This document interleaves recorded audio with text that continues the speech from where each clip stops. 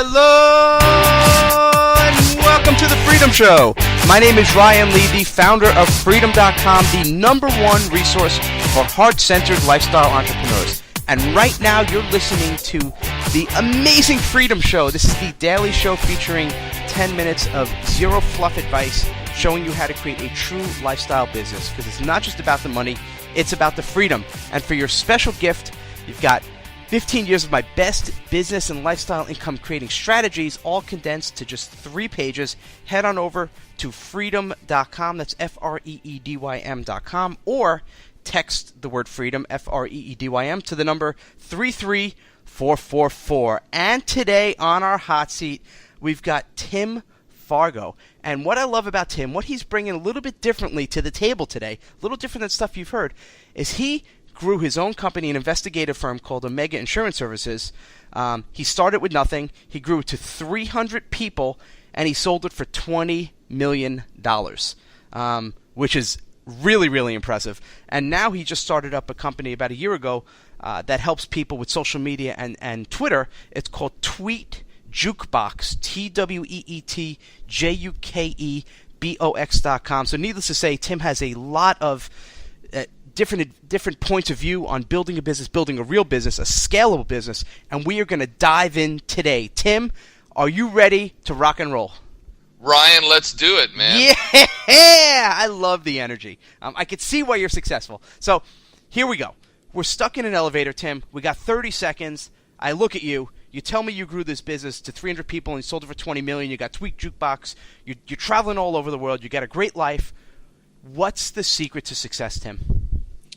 I would say the number one thing, the absolute number one thing, is to listen. What? I didn't hear you. Boom, boom. Oh, I'm here all night. I mean, it's so underrated. I mean, people fall in love with their own products, and because they've got time invested in them and everything else. Your clients will always tell you what else they want, or what they want different, or what they want you to change. And I think so often we superimpose our own little mental template on that. I think to the extent you can step away kind of from the egocentric view of your product or service, you'll find your clients do an extraordinary job of providing you all the information you need to be extraordinary. So maybe give me one example, if you could remember, from let's go back a ways. Let's go back to your investigative firm that you sold for $20 million.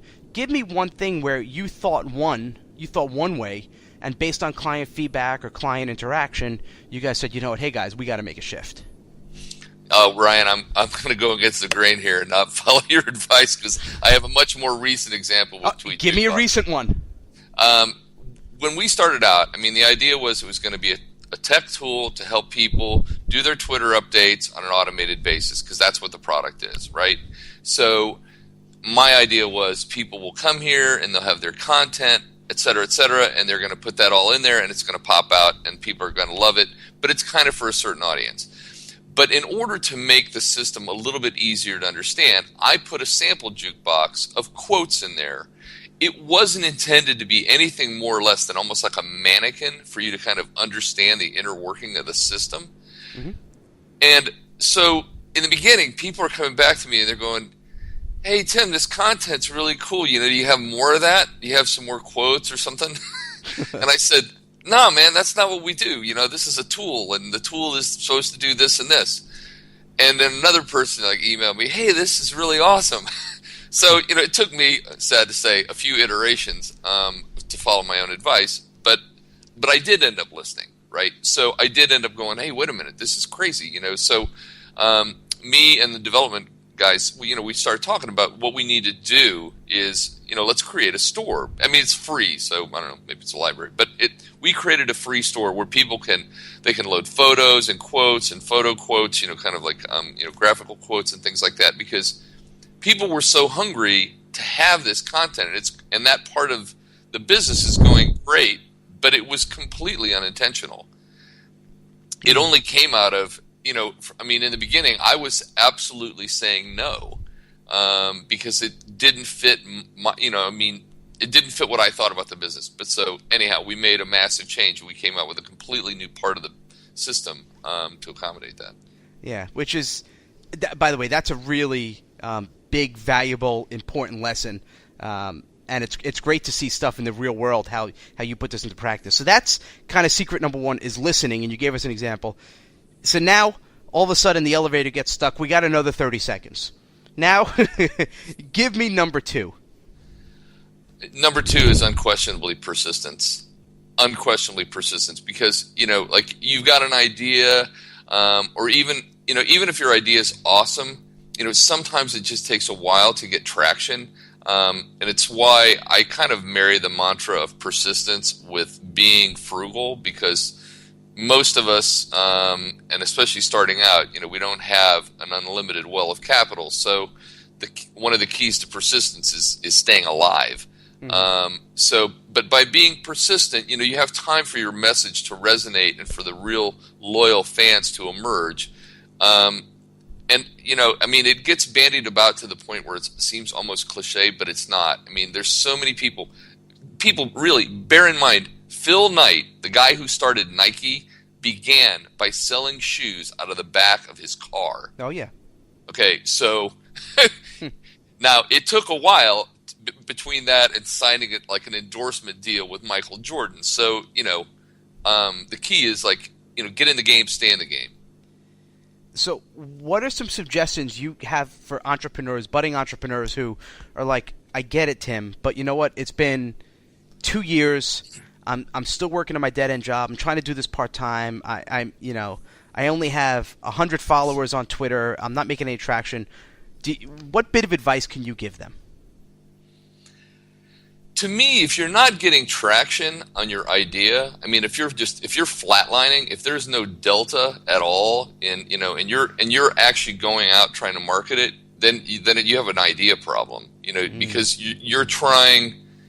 Don't this kind of Glenn Ross. Hey, we're going to close a deal. That idea is so antiquated. In today's kind of social media savvy world, customers buy what resonates with them that they really want. So, maybe you need to shift your focus. Maybe it's not a horrible idea, but maybe even the way you're presenting it. So don't be afraid. Don't try to sit in an ivory tower and figure it out. Sit down with people, that are friends of yours, and get feedback and use it. Don't just hear it and do what you were going to do anyhow. Take the advice and iterate and see if you get more traction, because if you have a truly good idea, people will grab onto it. Maybe it won't be a ton overnight, but you will be making sales. Then it's just a matter of tweaking until you start to get some real traction. Yeah, no, that's good advice. And the final question I have, which I'm really curious about your thoughts. You obviously scaled it from your other business, and I'm sure you're scaling Tweak Jukebox as well. You scaled the first one to over 300 people. Knowing what you know now, for someone listening who wants to start scaling their business, who are the first couple of hires, and any suggestion for building a team? My number one suggestion for building a team is to build flexibility into your hiring. And what I mean by that, you want to hire someone that'll come for a price that you can afford, but has lots of upside in terms of capability, because it's great to get that help, and when we're struggling, everything looks like a flotation device. So, but the problem is, you may grab a hold, and I'm speaking from experience because I did it wrong, right? So, you hire somebody and they're only good enough to go to a certain level. And the problem is most people are not particularly good at identifying that they're in over their head. So you'll have hired this person and they did a great job for you, say for a year, right? Then all of a sudden you're faced with the fact that this person, even though they're a great person, they're not the person you need to get to the next level. So it's really critical to, and also to be good at communicating, because you're inevitably going to encounter these situations. You just have to have like a really honest, open communication with people and say, look, we're going to have to shift and do this. But the main point, like these first initial hires, is find people that are willing to do a lot of stuff, don't mind getting their hands dirty. Don't hire anybody that's an ivory tower person. It's the last thing you need. Okay. Good advice. Yeah, you don't need the ivory tower people. So our 10 minutes is up. That flies by, doesn't it, Tim? It does indeed. It goes fast, but you gave, decades and tens of millions of dollars of specific business building and strategy advice. We appreciate it. And I hope you enjoyed listening to today's show with Tim Fargo. Again, check out his new program, his new company called Tweet Jukebox, TweetJukebox.com. And this is Ryan Lee signing off with another episode of The Freedom Show. Hope you enjoyed this one. As always, stay tuned. I'll be back tomorrow. I'm here every single day, continuing to help you build your lifestyle business. Have an amazing day. Take care, and bye-bye.